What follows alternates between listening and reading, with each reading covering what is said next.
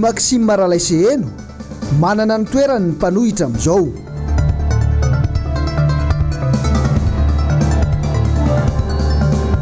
Nainandre Tsitoaina manana olana manokana amin'ny mpandraraha malagasy ve?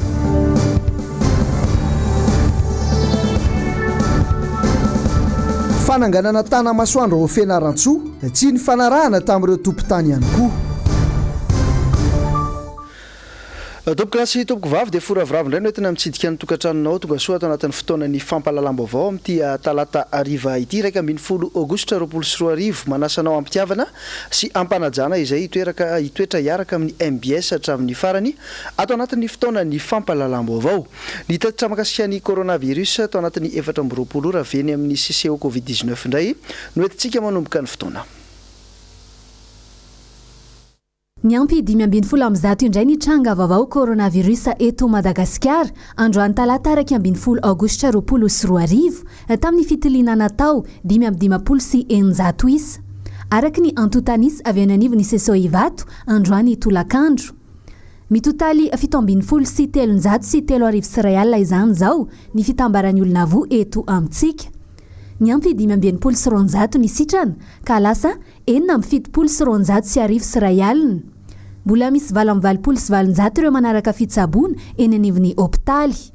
Ny ampy 920 ny forme grave ka tafakatra 770. Ny ampy ray namony ainy ka tafakatra 250.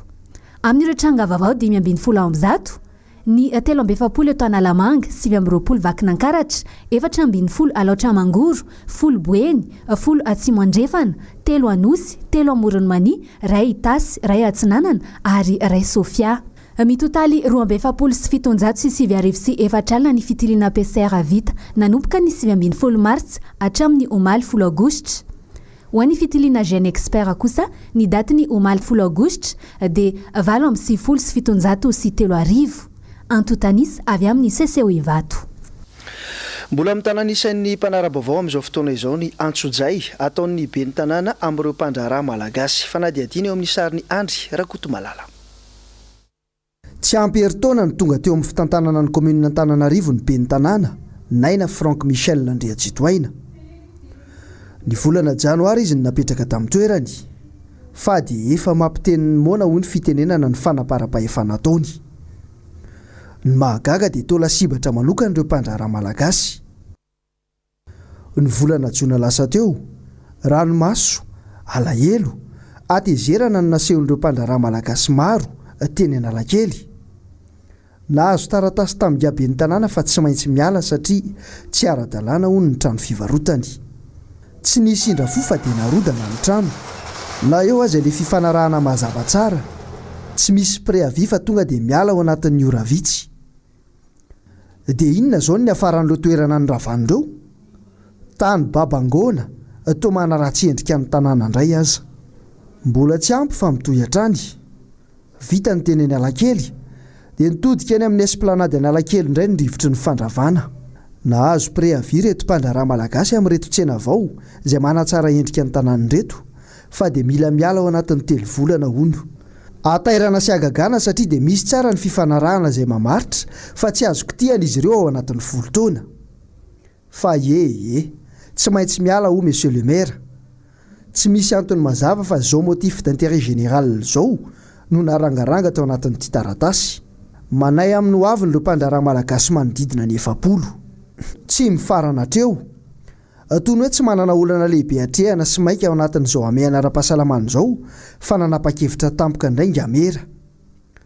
Nosoniaviny ny taratasy ny 3 Jolay mampafantatra fa ho tapahiny ny baile amphithéotique nosoniaviny ny 9 Aogositra 2000 ary no amafisina ny 12 Martsa 2024 teo amin'ny komina Antananarivo renivohitra sy ny vondron'ny orinasa tserasera MBS. Usage personnel no antony eto. Tsy voafaritra mazava hoe usage personnel ho an'iza. Ho an'ilay mpanao siny Naina Frank Michel Landria-Tsitoaina ve sa usage personnel ny commune.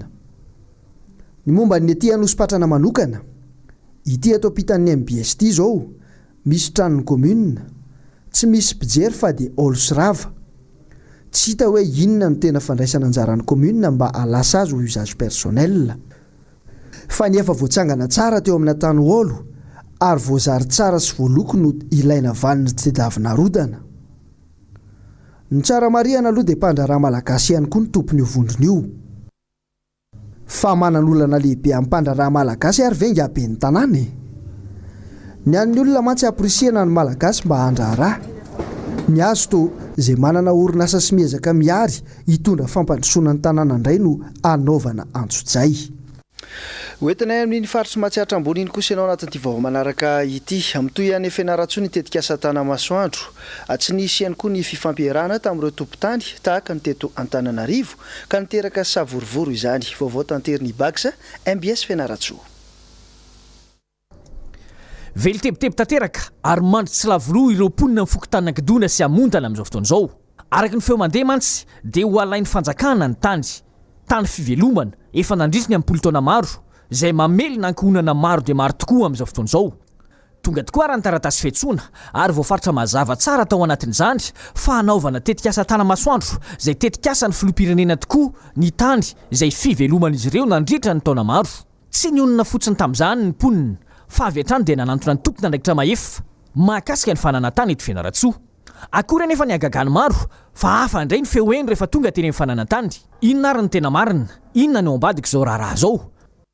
Ka ny antony mampitaraina anay dia noho ny le izy tsy dia niseny mba fampilazana mialoha fiaonana mialoha hoe izao ny zavatra ataonay halain'ny fanjakana nefa dia ny tapoka le izy. Faharoa manaraka an'izay le izy ohatran'ny fanaovana sinitsinina anay ihany koa taona maro nefa nambolena tamin'ny toerana io. Voaterina tonga anay ny sakana n'izay zavatra izay ary napetraka amin'ny ambaratonga maromaro mola izy raha teo. Antony anankiray ihany koa zany dia ao anatina situation na fiainana ohatran'izao anatina aretina nokorontan'ny fanjakana ihany koa izy hay. Manao antsoava amin'ny fitondram-panjakana ny mponina indrindra ao anatin'izao fahamehana ara-pahasalamana izao. Ny aretina mamely, ny kely ananana tadisy andrombaka ary ny fanjakana izay antenaina sy nandradray ny vahoaka mba hiaro azy amin'izany fananantany izany indrindra no miroso amin'ny fakanana izay kely ananana izay. Zahay tompoko dia manakana tanteraka ny fanaovana foto-drafitrasa amin'ny tanimbary io satria eo ny kapoakanay io ny fivelomanay. Zahay mpamboly eto amin'ny fokotany namotana sy akidona dia mandà marindrano ny fakan'ny fanjakana ny tany fa raha ohatra ka misy etaeta-pony fanjakana zany tokony hitady toerana hafa izy satria besaka ane ny toerana tany mpanjakany nefa ny tany iveloman'le olona mba hinanana kely indray ny kapoaka indray no alaina amin'ny vahoaka izay majinika azo lazana tsy mandady arina ka raha izany tompoko dia mandà akisy rano misy zahay mpamoly eto amin'ny fokotany amotana sy akidona. Tontosa omaly alatsinainy ny fikaonando voalohany ho an'ireo mpanohatra eto Madagasikara. Fotoana ho an'ny tombanezaka izao araka ity tatim-baovao entina aminao ity eo amin'ny sariny Andry Rakotomalala. Azo lazaina ho naomby ny hetsika voalohany ho fampifondronana ireo mpanohatra misy eto amin'ny firenena no karakarai ny rodiben'ny mpanohatra ho an'ny demokrasia eto Madagasikara na ny RMDM. Raha manao tombanezaka amin'ny fanatanterahana dia tsapa fa totosa amin'ny sakany sy andavany ny famolavolana izany fikoanando zany na dia fotoana fohy dia fohy ara no nanatanterahana azy ary tsy afenina ihany koa fa na dia betsaka ara ireo endrika sakatsakany teo amin'ny fanatanterahana an'izany dia azo lazaina fa tanteraka amin'ny sakany sy andavany. Izany no tanteraka dia no ny fametrahana ny traikefa nananan'ireo mpikarakara rehetrarehetra satria ao anatin'izao amehana ara-pahasalamana zao dia betsaka tokoa ny fepetra tsy maintsy naraha mba anafana natanteraka an'izany mifanaraka amin'ny fepetra araka ny voalazako teo hoe ao anatin'ny amehana ara-pahasalamana tsika ary dia tratra ihany koa ny tanjona napetraka. Manana herijika entina hiatrehana no avy ny mpanohitra manomboka eto amin'ny alalan'ireo tsoakevitra ny votra taoriany ny fikaonandoha. Misy le fanentanana tamin'ny farany izay nataon'ireo mpitondra teny tao anatin'ny famondronana ny fehi-kevitra isam-bomera dia ny anomanana ny hetsika lehibe ho tanterahany rodoben'ny mpanohitra sy ireo izay rehetrarehetra manana an'izay fomba fijery izay mikasika ny mitady vahaolana fanatanterahana ny vahaolana entina narenana firenena raha nomboka tapitra tanteraka ity fiboana mahakasika ny valanaretina covid-19 ity. Efa maro dia maro ireo mpanao politika no mahatsapa fa tsy misy raha manjary eto amin'ny firenena indrindra amin'izao krizy ara-pahasalamana misy eto Madagasikara izao. Manana ny anjara toerany ny mpanohitra eo amin'ny fanitsinany tsy mety ataon'ny mpitondra. Ny tsapa dia miampitombo isa ireo mpanao politika no manohitra ny tsirariny misy eto amin'ny firenena amin'izao fotoana izao araka ity fanadihadiana izay nataonay teny ampita-tafika ity eo amin'ny sarin'ny Andry Rakoto Malalatrany. Isan'ireo nandray anjara tamin'ny fikonan-doha izay nikarakarain'ny RMDM omaly 10 Aogosty Guy Maxime Ralaiseheno. Isan'ireo nijoro mpanohitra ny tenany tamin'ny vanim-potoana ny teteza mita. Mahatsapy ity be ny tanàna Nakarobato teo aloha ity fa nahavita dingana lehibe ny mpanohitra eto Madagasikara taoriany ny fikonan-doha teny Belair omaly iny. Tena lara-pahamehana mihitsy ary isaorana ny mikarakara ny fikonan-doha ho an'ny mpanohitra. Mazava fa misy ny mitondra dia misy ny manohitra. Hatramin'izay manjavozavo fa tao anatin'ny taona maromaro zay anisan'ny namangana ny satan'ny mpanohitra teto Madagasikara dia mipetraka ny amin'ny hoe misy ny mitondra dia misy ny manohitra. Ny fanjakana matetika no tsy mahazaka ny fisian'ny fanoherana ao anatin'ny fitantanan-draharaha fa ilaina ny fisian'ny fanoherana ary isaorana mpikarakara voalohany indrindra ny nanomana ny fikonan-doha omaly.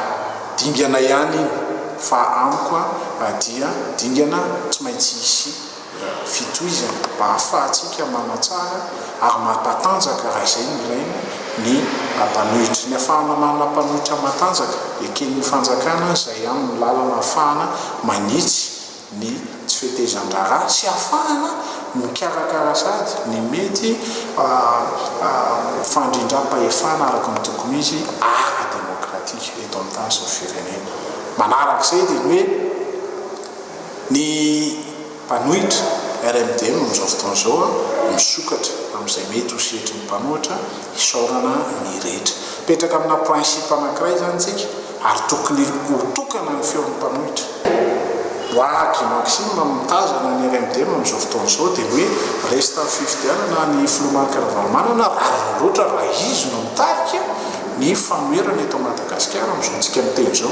Tena tsy ampahambambana no ilazako izany fa raha loatra satria izy no faharoa taoriana ilay fifidianana ny fanekeny iny dia izy zany no mitarika ny lehibe ny mpanohitra. Manao ny andraikiny tsara ny mpanohitra amin'ny fitsikerana fa matombola matahotra izany ny mpitondra dia ao raha. Amiko zany diso ny olona miteny matetika dia mitsikera fotsiny no ataon'ny mpanohitra. Ny mpanohitra dia natao hitsikera mihitsy.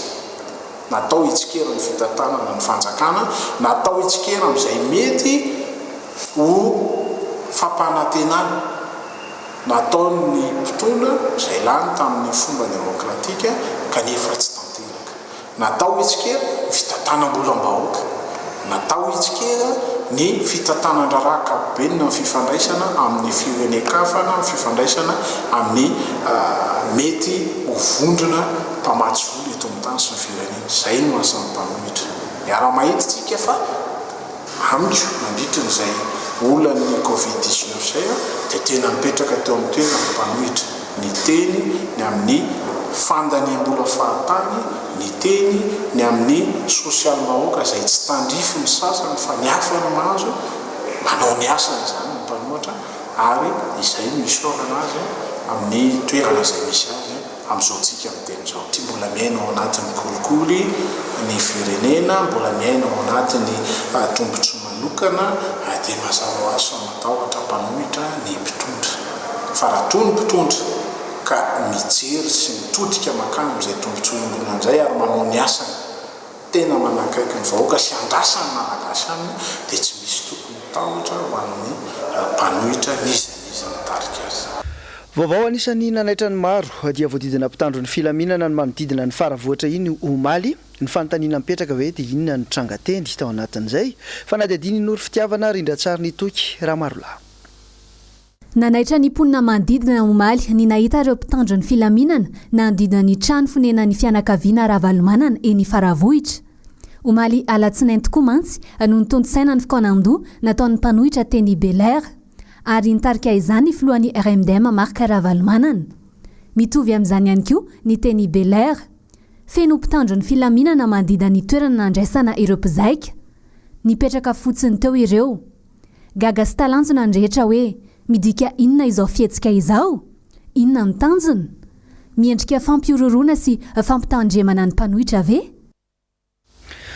fa makasika kosa indray ny kabaran'ny filoham-pirenena tamin'ny alahady lasa teo dia solombavam-bahoaka iray no nilaza ny heviny manoloana izay lahateny ny filoham-pirenena izany nambarana andritra izany ny makasika ny fifehezana ny covid-19 eto amintsika fanady aty ny Germaine Menjanahary rindra tsara ny mano Randre Malala nanambara ny filoham-pirenena ny alahady lasa teo fa efa tratra ny pika ho an'ny valanaretina coronavirus eto Madagasikara ny tsikaritra nefa dia mbola tsy ampy ny fanaovana fitiliana io aretina io eto amintsika efa nanambara ny mpanohitra fa ny fitiliana miparitaka hatrany amin'ny fokotany any no ahafahana mandrefy ny fifehezana io aretina io za zany mahita mihitsy hoe aveu d'échec reny ataon'ny filoham-pirenena reny amin'ny tenan'io satria efa nanao fanady adina teny amin'ny boriboritany fa efatra iny fa misy mpanao vatapaty anankitelo eny dia ireo mpanao vatapaty anankitelo reo farafaratsiny zany reo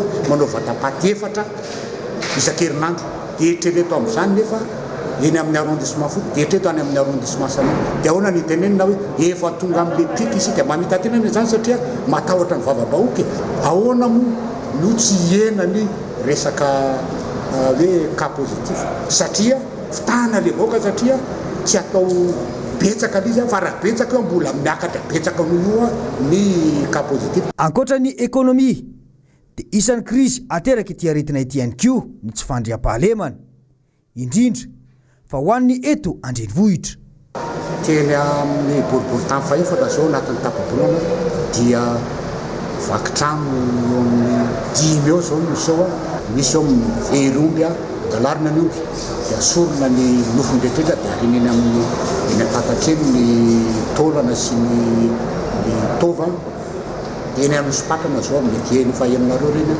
dia misy mifanenjehana na tomobile fa monona mihitsy zany fangalarana vola sy drehetra ka eto a dia miantonareo mpitandro ny filaminana tena mba ampesoara baktely ny iraka ampaloakanareo dia hoe miaro vahoaka sy ny fananana ety amin'ny kiondalana ny ety amin'ny arabe ny fotonareo ma tsy misy olona andeha angalatra eny fa ny mpangalatra sy ny mpamono olona dia any aminatin'ny elakelatrano any any izy ny mamango any ny fanolanana any ny filoanarongony any ny famakina trano fa tsy resaka fisesehoana ity ivelany fotsiny isan'ny toerana nandalovan'ny filoham-pirenena tamin'ny herinandro lasa teo tany Nosy Belleville ary nampisehoany ireo fanampiana ireo olona tany antoerana androany dia ray aman-dreny iray avy any antoerana no nijoro vavolombelona ny tantara ny zava-misy tany antoerana fanady adiany Germaine Menjanahary rindra tsara ny manora Randre Malala populisme fisehosehoana propaganda mialohan'ny fotoana ireo no tazana amin'ny fotoanam-panjakana ankehitriny indrindra fa tao anatiny amiana amin'izao fotoana izao tsy kabary ambony vavahady fotsiny andry no ilain'ny vahoaka malagasy fa ny fahavinonana izay nolazaina hatramin'ny fampielezan-kevitra tsy marina ny lazana fa hoe nahazo daholo ny ponina atao Nosy be tsy marina zany fa 42 fokotany lazaina fa hoe nahazo daholo hitako monko le vaovao mandeha aty tsy marina io fa olona amanjato ny fotsiny mba nahazo gonimbary de zao manao recensement amin'ny fokotany sasany manao recensement le vahoaka miaina amin'ny fokotany de fa mahazo antsasaka gonindray tsy hoe gonindray fa antsasaka gonindray zany no izaraina amin'ireo olona reo araka ny vola ka tsy zay ny vahaolana tompoko eto dia milaza za fa tsy zay ny vahaolana tsy vitany hoe lainga ny zavatra lazaina de aveo tsy tanterahana ny tena fitiavan-tanorazana fa manao zavatra tsy mety ny mpitondra amin'izao fotoana mialatsiny ny vahoaka no tokony ho tonga saina de aveo tsika jiaby miaraka mandray andraikitra fa mbola tsy mety zao fa lainga fotsiny Warano anatin'ny aorinan'izao fotoana ny fampalalam-baovao zao anatin'ny fandaharana dinika moa no andindininy ny tafa natao tamina mpanao politika iray iny fampitohy fotoanantsika eto anatin'ny fotoanany fampalalam-baovao nandalo teny amin'ny kinampimady ny ekipa ny MBS TV androany anaraka ny tohin'ny raharaha momba ny fitakiny ireo mpiasa sy ny fivoarana zany zava-misy izany tanteriny Lorette Berton rindra tsara ny Mathieu Princy Efa nivoaka ny lisitry ny mpiasa avy eo anivon'ny knappmad izay voatondro ikarakara mivantana ireo taratasy mpanadinana sy ny lazahatina amin'ny fanadina-panjakana. Hatramin'ny androany atoandro anefa tsy mbola nanaiky ny hiverina hiasa ny mpiasa eo anivon'ny orinasa io satria hiditra enim-bolana izao no tsy voaloha ny karaman'izy ireo. Orinasa miara-miasa akaiky sy mivantana amin'ny fanjakana amin'ny fampitaovana ny fanadinana rehetra izay atao eto amin'ny firenena ny knappmad. Tamin'ny fotoana natongavanay teny an-toerana, nivory niaraka tamin'ny solotenan'ny ministera ireo mpiasa. Tsy nahafa-po ny valiteny ary nanome feim-potoana 2 herinandro iandrasana ny fampanantenana izay natao androany ireo mpiasa. Ny fanadinana zany tsy resaka mihitsy ny tao dia miandry zay ao anatin'ny toko tapa-bolana zany 8 eo indray zany ny vaovao manaraka an'izay fa zany hoe raha tena marina vatsitsinjo tsy ampy firy andro na firy andro 10 kilao zany fa tsy ampy io fa aloha iandry kely an'izay indray dia hitana ihany rehefa tohiny. Iverina ny tolona raha tsy vaovà ao anatin'ny 2 herinandro farafahatarany ny fitakiana ataon'izy ireo. Eo amin'ny vaovaon'ny fanabeazana dia efa atomotra ny daty ny fanadinana CEPE izay tokony atao amin'ny voalohan'ny volana septambra ho avy izao. Nilazana avy eo amin'ny maina fa mandeha ny fanomanana ara-teknika amin'izao fotoana izao. Aiza ny momba ireo fitaovana izay ampiasaina faradiatiny Lorette Berton, Mathieu Princy Atrany. Raha nanambara ny Confédération-ny Sempama eto Madagasikara tamin'ny alalan'ny antso ny fanaovana tamin'ny sekretera jeneraliny tamin'ny herinandro lasa teo fa tokony ahemotra ny daty mpanadinana manoloana izao zava-misy eto amin'ny firenena izao. Tsy izay ny fanapahan-kevitra noraisin'ny ministeran'ny fanabeazam-pirenena. Nambara ny tale iray eo anivon'ity ministera ity androany fa mitohy ny fanomanana ara-teknika rehetra ary tsy maintsy ho tanterahana ny fanadinam-panjakana ho an'ny taona 2024. Ny daty mpanadinana dia tsy miova reny aloha hatreto raha tsy hoe misy fanapahan-kevitry ny fitondrana foibe vaovao indray. Efa voapetrapetraka daholo ny fanomanana teknika hatrany anivon'ny fatrany Cisco sy ny draina samihafa. Dia ny fanomanana fanadinana amin'ity taona ity tena somary endrika hafa mihitsy zany satria tsy maintsy ampifanarahana amin'ilay toe-javatry ny krizy amin'ny famehana ara-pahasalamana. Na ny isan'ny efitrano aza zany dia ny tombo avy roa eny satria tsy maintsy nahajaina lelanelana dia ny tombo avy roa eny ohatran'izay koa ny isan'ny mpikarakara fanadinana ireo mpanaramaso rehetra. Mampisy resabe le hoe ny amin'ny BEPC le adina ara-panatanjahantena izay efa navita dia efa navita. Izay mbola tsy navita aloha noho le antony ara-pahamehana io dia ajanona zany reny aloha. Mbola tsisy fanapahan-kevitra hoe tsy asiana iny naona fa atsahatra fotsiny aloha le adina zao. Tokony tsy ampisy ady hevitra be amin'iny ny adina ara-panatanjahantena ny BEPC ny taranja safidy fa tsy hoe tsy maintsy atao e. Miara-miasa akaiky amin'ny ministera ny orinasa knappmad amin'ny fampitaovana ny fanadinana izay ho tanterahana rehetra. Iaraha malala fa tsy mety mandray ny asa n'ireo mpiasa ireo hatramin'izao noho ny karama tsy mbola voaray. Raha nanontaniana momba izay ny tompon'andraikitra rehetra avy amin'ny MEN izay nifanena taminay teny amin'ny knappmad androany atoandro dia tsy nisy nety haneho hevitra izy ireo. Fa eo amin'ny vaovaony sosialy kosa indray dia nanao fanadihadiana teny rehetra teny ny tafa tamin'ireny mpatory an-dalana ireny ary ireo mpangataka ihany koa ny mpanao gazety ny MBS androany toy ny ahoana ny fiainan'izy ireo ary inona no fivelomany amin'izao vanim-potoana ny amehana ara-pahasalamana sy ny fihibohana izao. Ravirazafy Mahina sy Mathieu Princy.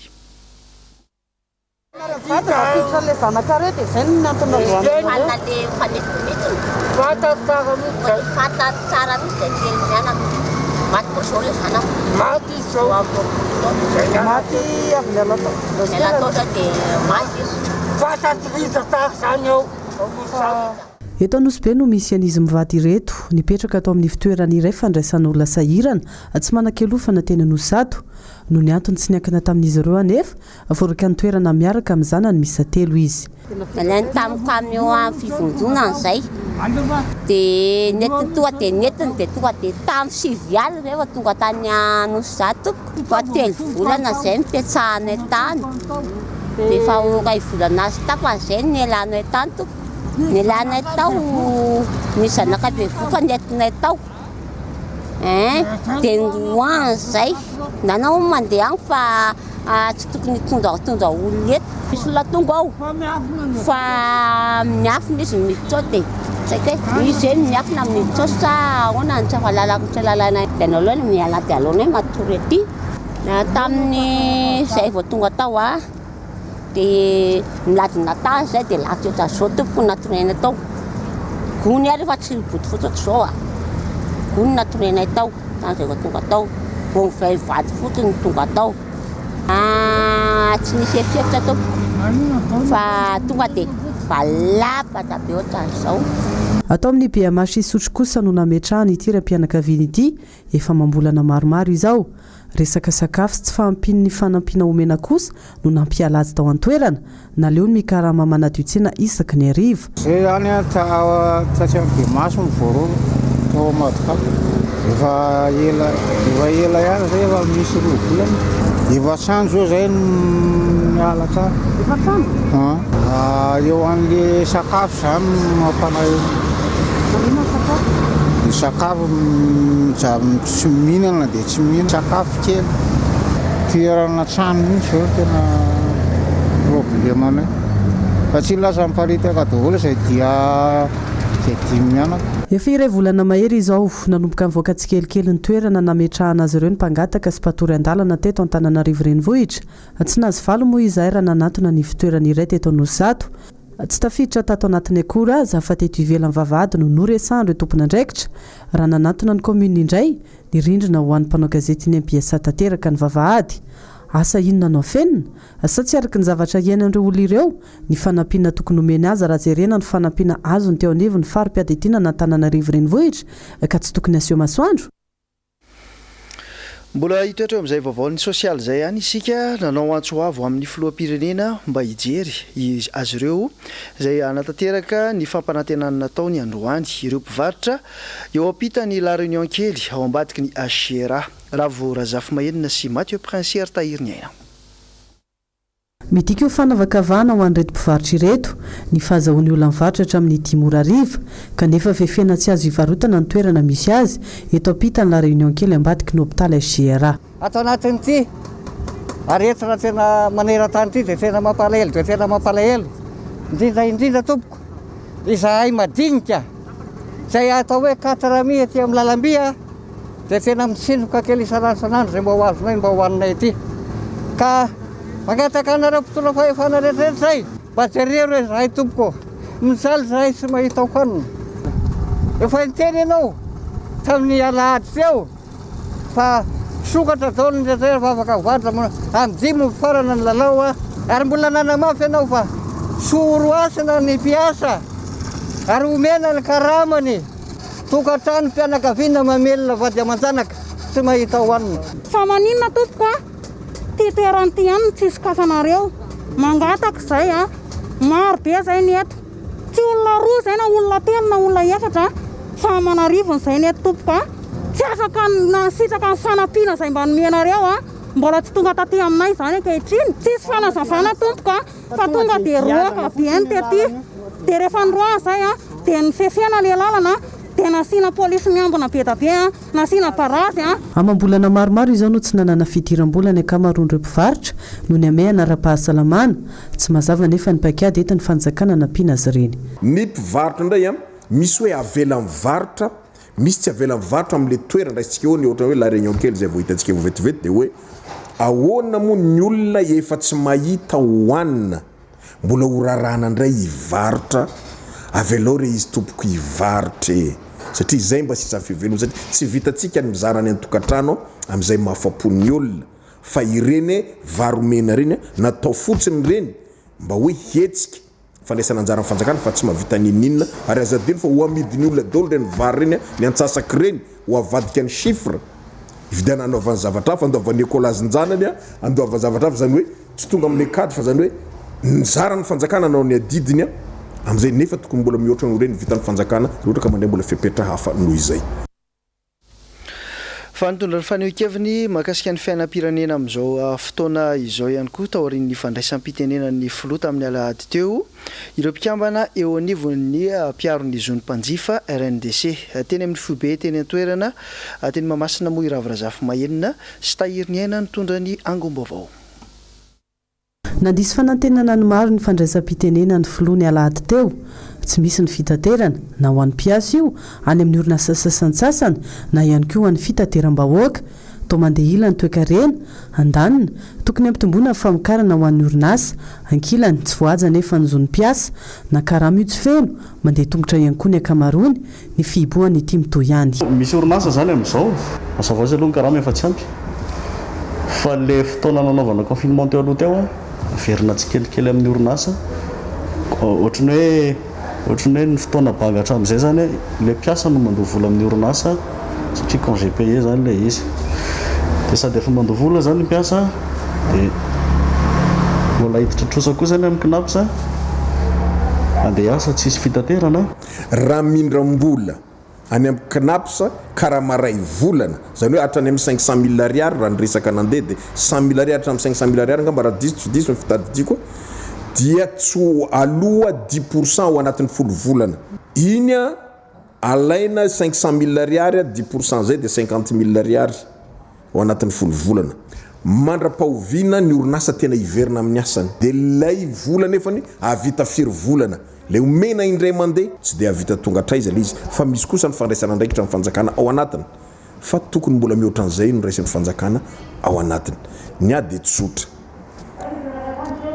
vola rehetrarehetra zay navoaka ny malagasy rehetrarehetra any ivelany tokony averina eto toerana avereno hifanampiana ny vidiny bois de rose mety milaza hoe raha tsy mandalo sitesy tsy mahazo manao an'io tsika apetrako tsara hoe ny fiandriana am-pirenena hainy io tio rainy manonja inona ny zavatra azo avadika vola mavesatra ho an'ny sehatra rehetra ny vokadratsy ny fihiboana mizaka ny vokan'izany ihany koa ireo olom-pirenena tsy vaky volo ary miezaka mitady hirika mba hinanana kely avokoa ny rehetra isan'izany ireo mpitatitra izay miazakazaka mamadika ny taratasin'izy ireo hitaditretana raha toka ny tatitr'olona teo aloha. Laurette Berton sy Mathieu Princy. Hatramin'ny ny fihiboana teto amin'ny faritra Analamanga, ny fitaterana olona no isan'ny vomafy voalohany kanefa tsy mba nijeren'ny mpitondra mihitsy. Any hery namadika taratasin'ny fiara avokoa ny ankamaroany ny tompona fiara. Tao anatin'ny confinement zany izay confinement zay dia roa isan'andro no mandeha eto amin'ny taloha misy efatra misy dimy fa azo le confinement dia lasa be da be koa le concurrent satria le lasa mivadika nanao an'le izy daholo le olona dia lasa be da be le concurrent dia miena le anina fa mizarazara be le ohatranahy zao za tena mpanao le mitatitra entana mihitsy dia misy fiatraikany tena misy fiatraikany le izy satria lasa be da be le olona na le firian'entana raha lasa misy fiatraikany aty aminay satria misy olona zany tsy mpanao an'le izy lasa manao dia mizara be le entana mizara be le client dia misy fiatraikany aty aminay tena mpanao an'le izy. Efa misy ny kooperativa mpitatitra entana manokana izay mbola miasa ihany amin'izao satria ireo ihany moa no afaka miasa miditra sy mivoaka ny faritra Analamanga. Mitaraina ho maty antoka nefa izy ireo manoloana ny mpitatitra entana marobe izay nitsangana tampoka nandritra ny fihiboana. Izay tsy nahazo fanampiana sady tsy nahazo inona dia tsy maintsy namady le tômôbila vaky ny patron ny fourgon le tômôbila. Zay tsy na tsisy mpijery mihitsy zany le fitaterana nasional rehefa tena taoko mandeha amin'izay fitiatavana eto fotsiny aloha fiainana tsisy coopérateur fa samy mameno tena any hoe toto varom-bazimby zay tsy mitoto tsy mihinana zay ny anay eto loha mihina kely zay mandro fotsy ny aretina zany tsy afaka mihitsy nao aizana ho aiza dia mifanindrinay zany dia zao hoe subventionner ny fanjakana amin'ny fanafodina dengue dia mba mora ny fanafody dia sokafana ny lalana dia ny fanafodina covid-19. Raha ny fantatra telo hetsy hatramin'ny 4 hetsy ariary isan-taona no alohan'ny tompona fiara amin'ny fanjakana amin'io fitaterana entana manokana io. Niezaka nanontany ny tompona andraikitra teny amin'ny biron'ny faritra Analamanga izahay aka fanampanazavana saingy tsy nisy afaka nandray anay ny teny an-toerana satria anatin'ny fidinana ifotony manao ny fanisambahoaka avokoa ny mpiasan'ny faritany etsy Ambohida amin'izao raha ny vaovao. Ivadika lafim-baovao hafa isika miamaro ireo trangana tsy fandriampahalemana eto Andrenivohitra tatoato misy ny filazana fa miray tsy kombakomba amin'ireny ny mpitandro ny filaminana sasany nanantona teny amin'ny sikry teny anosy ny mpanao gazetinay androany ny tady-porofo sy ny vaovao marim-potitra mikasika izay nomeno Andriamana misata sy tahiriny hainao. Betsaka ireo trangana fanendahana, famakiana trano, fanafiana tao anatin'izao fihiboana izao. misy ireo izay mivoaka eraky ny tambazotra antseraseratsy gazety fa misy andianjolahy izay manao fanamiana mpitandro ny filaminana no manantanteraka ny asa ratsiny. Anisan'izany ny tranga iray izay niseho tetsy Anosipatrana izay nahitana zandary iray lavon'ny balan'ny polisy rehefa fantatra fa avy nanafika fiara iray. Tamin'izay fotoana izay ihany koa dia nahitana ireo lahy nitondra moto manao fanamiana mpitandro ny filaminana. Voararan'ny lalàna ny manao fanamiana mpitandro ny filaminana, ny mampiasa fitaovana ny mpitandro ny filaminana ary ny mivarotra an'ireny zavatra ireny. Marina tokoa fa misy ireo misandoka ho mpitandro ny filaminana hoentiny manao ny asa ratsiny dia fanamiana mpitandro ny filaminana no anaovany. Ny tsara ampahafantarina ny vahoaka aloha zany dia izao hoe tsy izay rehetra manao an'ireny fanamiana ireny dia mpitandro ny filaminana fa misy ny bisoloky. Entina mandoto ny anarany mpitandro ny filaminana. Ny tsara ampahafantarina ny olona ihany koa dia izao ny mpitandro ny filaminana rehefa tonga any an-trano na any an-tranon'olona ka hiasa no alehany any dia mampiseho ordre de mission izy, mampiseho ny karatra mampitandro ny filaminana azy. Ny mpitandro ny filaminana koa tsy miasa irery zany hoe olona iray no andeha ho any aminao, farafaratsiny izy roa. Tokony ho mailo amin'izany zany ny rehetra ka raha misy olona ohatra hoe andeha any aminy hoe atrandeana anao fisavana trano ohatra dia tokony ampiseho ny taratasy maniraka azy ianao an'izany izy, izay ny takina mialoha dia aseho koa ny karatra sy ny badisa. Andeha amin'ny faritra Atsinanana kosa indray isika. Nanao lakolosy fanairana ho an'ny fitondram-panjakana ireo ben'ny tanàna ao Toamasina faharoa amin'izao fotoana izao. Lakolosy fanairana mikasika ny resaka anto-karabola amin'ny fifidianana kominaly farany teo no anton'izay. MBS Toamasina no mitatitra ny vaovao. Anisan'ny teboka iray lehibe izay takiny izy ireo amin'izany ny fanamorana ny fikirakirana ireo antota taratasy mety ilaina amin'izany. Ny sedra olana mantsy ny ankabetsana izy ireo indrindra fa tato anatin'ny vanim-potoana ny fioboana, kanefa dia mbola misy hatrany ireo antota taratasy izay tsy maintsy karakaraina mivantana eny anivon'ny ministerany atotany ao Andrenivohitry Madagasikara eny. Mbola misy commune anatin'ny Tamatavy babitros ho an'ilay ben'ny tanàna manokana hoe mbola tsy asa aloha amin'ny karama izay tokony azo commune fa mba hanosika ho an'ny ben'ny tanàna manokana fahazoana le conseil zay fahazoana le caution zay fa misy trosany ambadika ny ankamaroan'ny commune zany dia lazaina hoe tsy mahavita tena fa mangataka fanampiana fanjakana. Anisan'ny commune district hoe hiaran'ity famehana ara-pahasalamana ity ny ankamaroana talatin'ny Toamasina faharoa dia mba mangataka izahay zany dia mba atao omena anatin'le tosika famehana io fa tena sahirana ny vahoaka. Maro amin'ireo kandida izay nirotsaka ofidina ben'ny tanàna sy mpandolo-tsaina ihany koa izay nahazo salanisambato mohatra ny 10 isanjato ao anatin'ny distrika ny Toamasina faharoa iny ankehitriny. Mbola velony taraina noho izay mbola tsy fahazahoana ity antoka arabola izay nafahana nirotsaka ity. Raha ny any amin'ny any moa dia somary sarotra satria na ny vahoaka raha zao tratran'ireny confinement ananina reny dia sahirana izy amin'ny fitadiavana vola. Indrindrandrindra zany raha ohatra ka zany mba mitaky zay amin'ny takitakiny hoe reny hetra milaza sahirana zareo. Mbola hijanona any amin'ny faritra Atsinanana ihany sika nanomboka omaly ary tsy hifarana raha tsy amin'ny alakamisy 13 aogositra ho avy izao ny fanadinana andrana BEPC ao amin'ny sisikao ny Toamasina voalohany fanadiadiny Noro Fitiavana sary nitoky Ramarola. Misy amin'ireo mpianatra no tsy afaka niatrika ny fanadinana andrana BEPC atao amin'ny sisikao Toamasina voalohany. Tsy vitsy tamin'ireo mpianatra mantsy no tafajanona tany amin'ny toerana lavitra vokatry ny fihiboana toy ny tranga atao amin'ny CEG Mangarano dia 970 ireo tsy tonga namaly ny antso tamin'ireo mpianatra 900. Ny mpianatra ato amin'ny CEG Mangarano ny 3e rehetra dia miisa 900 fa misy amin'izy ireo tsy tonga miisa eo amin'ny 970 no tsy tonga amin'izao maraina izao. Toy misy any zao any amin'ny distrikany Manora dia misy avy any Antananarivo misy 3 angamba izy raha tsy diso za misy regny zany tsy afaka nandeha namonjy an'ilay fanadinana mihitsy. Ka miangavy atsika ray aman-dreny mba hampiomana ny mpianatra atsika ny zanaka atsika amin'ny examen. Ho an'ny CEG raha tsy milao kosa 770 ny mpiadana na dia efa niala ao amin'ny fiboana aza ny tao an-toerana dia nampiatra ny fepetra ara-pahasalamana ny tao amin'ny sekoly. Maha examen blanc zay dia mitovy tsy misy tomika amin'ny BEPC zany ny fepetra rehetra izay raisina raha tsy teny foana zany a tsika ny emploi du temps ny fametrahana an'ireo ankizy ao anatin'ny salle de classe ny formana lazahadina isan-karazany ary indrindrandrindra ny consigne rehetra mikasika ny BP. Betsaka ny fanabangan'ny fotoana tsy nahafahan'ny mpianatra nandranto ny fianarany ara-dalàna manany amin'ny mety voka-panadinana izy ireo. Efa vona satria efa nita amin'ny herinandro dia magnaramazy ohatra zao hoe izy kariva dia mianatra lesa mbola tsy mitovy ramandraina uniforme mianatra lesa. 7 sy 8 ny isan'ny mpiadana BEPC voasoratra anarana hiatrika ny fanadinana amin'ity taona 2024 ity ao amin'ny sisiko Toamasina voalohany. 12 taona ny zandriny indrindra raha toa ka 14 taona kosa ny zokiny indrindra. Nanao fanambarana androany ny orinasa fitanterana anabakabaka Air Madagascar makasika ireo teratany malagasy izay tavela any ivelany hatramin'ny nanomboany ity valanaretina coronavirus ity hatramin'izao. Nomen'Andriamana Misata sy Tahiriniana no nitatitra ny vaovao.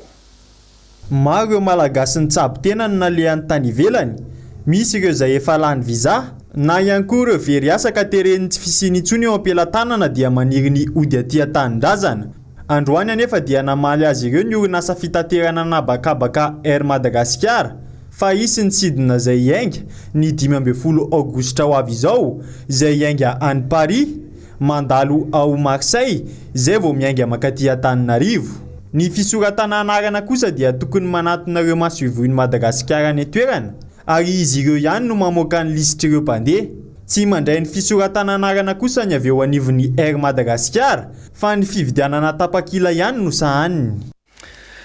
Ndeha hivadika amin'ny maresaka iraisam-pirenena isika manoloana ny ady atao amin'ny Covid-19 dia samy manao izay hafany avokoa amin'ny fikarohana ny fanafody ireo manampahaizana amina firenena maro isan'izany i Rosia. Fanadihadiany Rina Fanirso sary ny toky Ramarola. Nahavita vaksiny fanefitry ny Covid-19 ny mpikaroka Rosiana araky ny nambaran'ny filotany an-toerana Vladimir Poutine androany faraka 12 volana aogositra 2024. Ny Institut Nicolas Gamaleya fitoeram-pikarohana mahakasika ny mikroba no natafavoaka izany. Tsara ny manamarika fa nahazo fahazoan-dalana ara-dalàna tamin'ny ministeran'ny fahasalamana izy ireo. Sputnik V no anarana nomendreo mpikaroka ity vaksiny ity. Efa nandalo andrana klinika nandritra ny 2 volana teo izany. Amin'izao kosa manapitra ny andrana klinika farany izy. Na izany aza nefa efa tsy misy atahorany intsony ny fampiasana ity vaksiny ity. Manampy ny hery fiarovana ao amin'ny vatan'olombelona izy ary azo antoka fa miaro amin'ny valanaretina Covid-19. Araky ny tatitry ny filohan'ny tahirim-bola ao Rosia Kirill Dmitriev vola amina miliara maro no lany nanaovana ny fanafody. Manoloana izany ihany koa toy ny fanafody rehetra ihany ity vaksiny ity tsy maintsy mandalo fankatoavana avy amin'ny OMS mialohan'ny anaparitahana azy. Tsy maintsy manaraka ireo fepetra taky ny fenitra ara-pahasalamana ihany koa. Any ivelany hatrany dia mbola mitohy hatramin'izao ny fitakiana ataon'ireo vahoaka ny amin'ny fampandrosoana ny daty mpifidianana ao Bolivia. Manoloana izany dia misy hatrany ny hetsika ataon'ireo vahoaka any an-toerana Rina Fanirsoatra no mitatitra ny vaovao eo amin'ny sary ny toky Ramarola. Mbola mitaky ny fampandrosoana ny daty mpifidianana aingana araka izay azo atao ny mponina ao Bolivia hatramin'izao. Tsy tsahatra izany raha tsy mivaly ny fangatahana araky ny nambaran'izy ireo. Ny 12 oktobra ho avy izao moa no daty voatondro nataterahana ny fifidianana any an-toerana izay tsy ankasitrahan'ny mponina. Nisy ny fifandonana teo amin'ny vahoaka sy ny mpitandro ny filaminana ka nitarika fampiasana herisetra tao anatin'izany. Isany nanaovan'ireo vahoaka fitakiana ihany koa ny tsy fankasitrahan'izy ireo ny filoha amin'ny fomba fitantanana ny fitsaboana ny valanaretina Covid-19 any an-toerana. Amin'izao mantsy efa mahatratratra amin'ny 9 alina ireo mitondra ny valanaretina any an-toerana raha 4 kosa ireo namoiny ainy. Tao mampatsiahy ny tranga nisy tany an-toerana ny taona 2024 izao fitakiana izao. Tamin'izany mantsy nidina an-dalambe ihany koa ireo mponina nitondra vatapaty nisy nofo mangatsiaka an'ireo lavo tao anatin'ny fifandonana nisy teo ampitandro ny filaminana sy ny vahoaka. Mialohan'ny tena isa rahantsika dia indro averina aminao ny tatitra makasika ny coronavirus tamin'ity androany ity. Ny ampy 570 indray ny tranga vaovao coronavirus eto Madagasikara androany talata araky 20 aogositra 2024 tamin'ny fitiliana natao 520 isa araky ny antotanisy avy any anivony Seso Ivato androany tolakandro. Mitotaly 703 ariary izany zao ny fitambarany olona vo eto amitsika. Ny ampy 570 ny sitrana ka lasa 770 ariary. Mbola misy 720 ireo manaraka fitsaboana eny anivony hopitaly. Ny ampy 70 ny forme grave ka tafakatra 70. Ny ampy ray namony ainy ka tafakatra 250. Amin'ireo tranga vaovao 570 ny 370 eto Analamanga, 720 Vakinankaratra, 470 Alaotra Mangoro, 10 Boeny, 10 Atsimo Andrefana, 3 Anosy, 3 Amorony Mani, 2 Itasy, 2 Atsinanana ary 2 Sofia. Mitotaly 2,774 ny fitiliana PCR vita nanomboka ny 20 Martsa hatramin'ny omaly 10 Aogositra. Ho an'ny fitiliana Gene Expert kosa ny datiny omaly 10 Aogositra dia 773 antotanisy avy amin'ny Seso Ivato. Zay ihany koa tokolasy tompoko vavy no nentina nanakatona tanteraka ny fotoana ny fampalalam-baovao tamin'ny ity talata araky 20 Aogositra 2024 ity. Akasitrana feno ianao natany tokantrano ny toetra niaraka tamin'ny MBS tao anatin'izay fotoana izay. Tiana trano mampatsiahy fa aorinan'ny Global News aorinan'izao fotoana iarahantsika eto izao. Dia isy ny fandaharana dinika iarahanao amin'ny Germaine Menjanahary, ankasitrana ny teknisianina, ankasitrana ny mpanao gazety, ankasitrana ny mpakasary, indrindra ianao tany tokantrano tsy niara-tsy nisaraka tamin'ny MBS. Filoma tompoko.